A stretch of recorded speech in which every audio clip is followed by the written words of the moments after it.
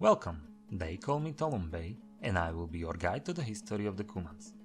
In one of the previous episodes, named Cumans in Hungarian Kingdom, I put together a brief overview of one of their largest diasporas in Central Europe.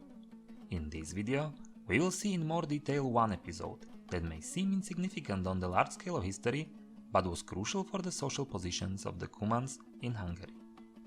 Relationship between the local inhabitants of the Hungarian kingdom and the Cumans was never very harmonic.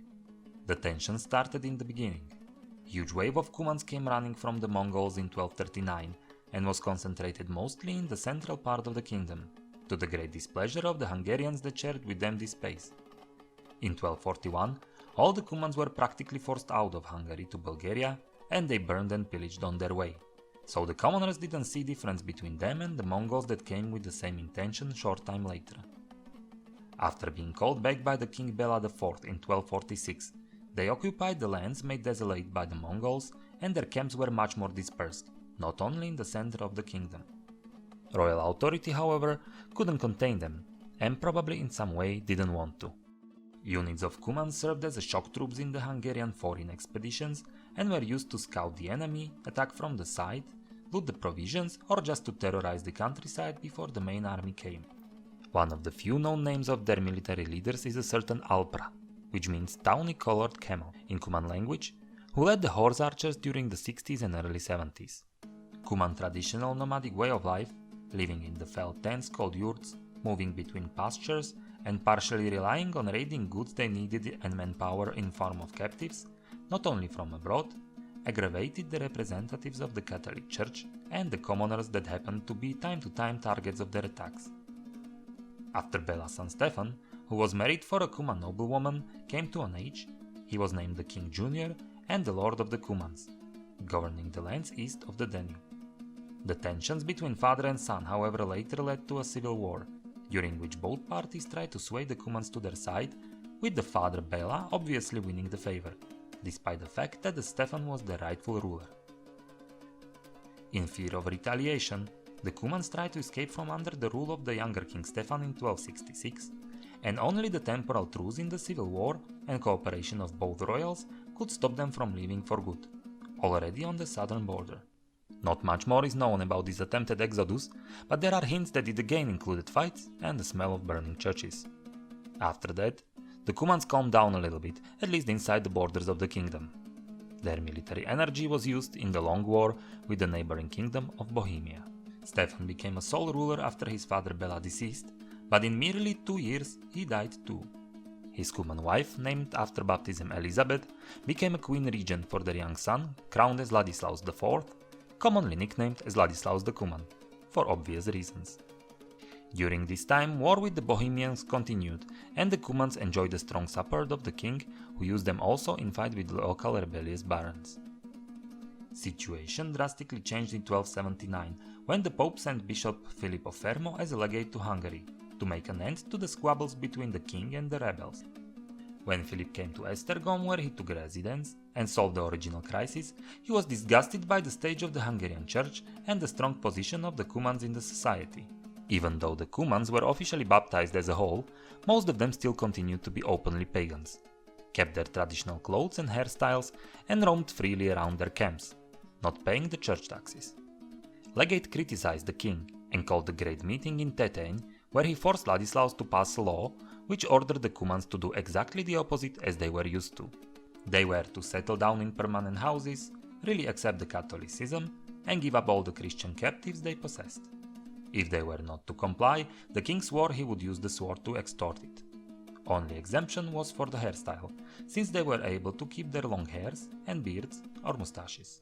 The laws were even agreed by 2 Cuman representatives, Tolon and Uzur, most probably because no one expected that they will be really applied, and are not meant only to appease the legate so he can leave the way he came, back to Italy, as fast as possible. Philip, however, had his own leverage to use, and when he saw that nothing has changed and no one is willing to break the status quo, he used the power he got from the Pope and excommunicated the king. This rallied the part of the powerful barons who saw an opportunity to get rid of the king they couldn't control and broke up open hostilities.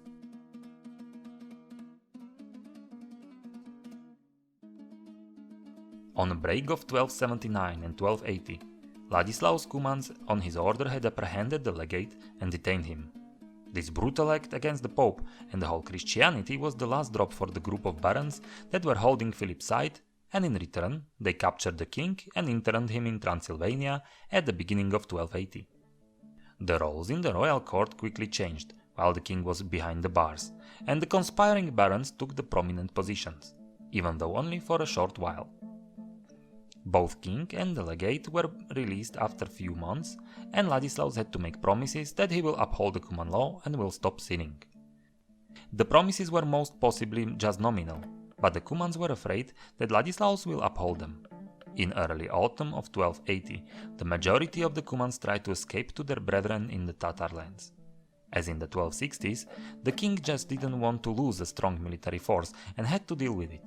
He called out a general mobilization, ordered some places and castles in the south of the country to be fortified and manned by the available forces from various parts of the kingdom, and personally marched south, towards the Danube. As he reached Stari Slan Kamen, he found out that the Cumans already passed the borders and he had to follow them. We do not know what happened on the fringes of the Tatar land. There may have been some minor clashes, but the Cumans were persuaded to turn back. Most possible explanation seems to be that the Ladislaus simply explained that there is no reason to be afraid that he will comply to the orders of the Papal See and force anything in the draconic law. After their return, the Cumans' question was put on hold.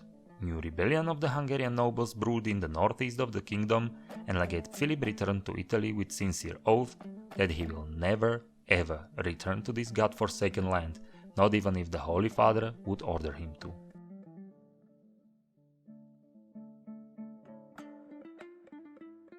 Again in the autumn of 1282, while dealing with the internal affairs in the northeast of the country, Ladislaus got dire news from the Danube. The Cumans put up a fight again, and they asked their comrades from the lands of the Tatars, the territory of the so-called Golden Horde, to help them. They approached certain Oldamur, who gathered the Cumans on a place called Hod, with intention to conquer Hungary for himself. The date of this rebellion was debated. Some historians put it together with the uprising of 1280. Others see it as a separate event, which seems to be true based on the charter evidence. Also, the place is not definitely certain. Later chronicles mention Lake Hod, which was located outside of the country, which may be a mixing of the terms lacum, which means lake, and locum, which means place. The charters from the time doesn't mention any lake, only speak at Hod, and also not mention where it could have been. Currently, Hungarian historians agree that it was fought close to the nowadays Hódmezővásárhely in the central south part of the country, even though there is not much evidence that it existed in that time. Other historians try to place it at the Lake Hodus in Transylvania, close to nowadays Cluj, but this option is not commonly accepted.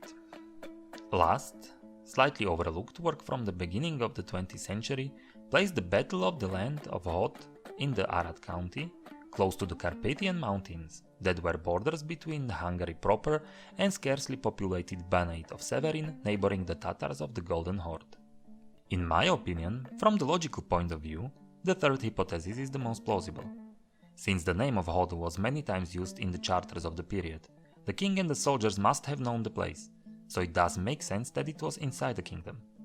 If Hod lied out of the country, as the later chronicles suggests, and the Hungarians went out to fight, there was barely a time and sense to search for someone whom could they ask what is the name of the place where they are fighting.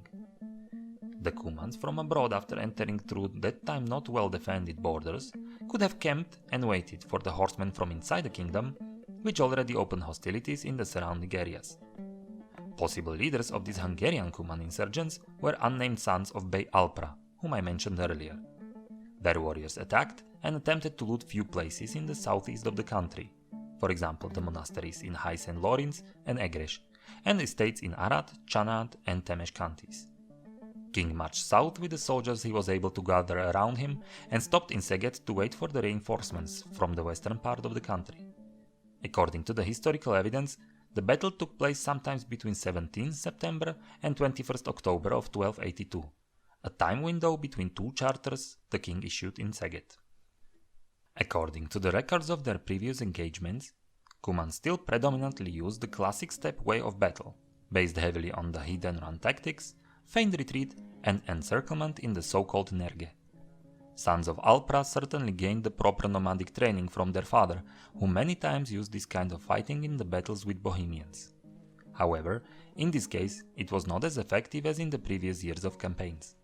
Hungarians weren't surprised by the steppe warfare as the countries that didn't have the long-term interactions with the nomads did. Also, composition of Hungarian army was more variable than the swarm of horse archers. Barons and noblemen accompanying the king, the core of the army, were Western-style heavily armored knights. They were followed by the lighter cavalry units, possibly also horse archers, gathered from the Sekeli population of Transylvania, but also various types of infantry, with armor and weapons mirroring the wealth and position of their lords.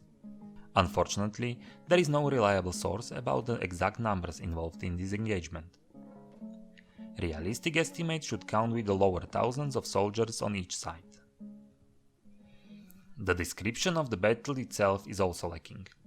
Charters as usual describe the heroic deeds of single Hungarian noblemen, for example Master George from Sáros County, who bravely fought with his spear even after he fell down from his horse and was wounded by Cuman arrows, or King Ladislaus himself fighting personally like a brave Joshua of the Old Testament. Narrative source from the 14th century describes the heavy rainfall that made the Cuman bows and arrows obsolete, a theme also taken from the Bible and very often used when describing the fights with pagans. We know only the final results. Rebellion was crushed, even though the Hungarian forces suffered casualties. Number of the higher positioned Cumans were taken as captives, and their social status diminished.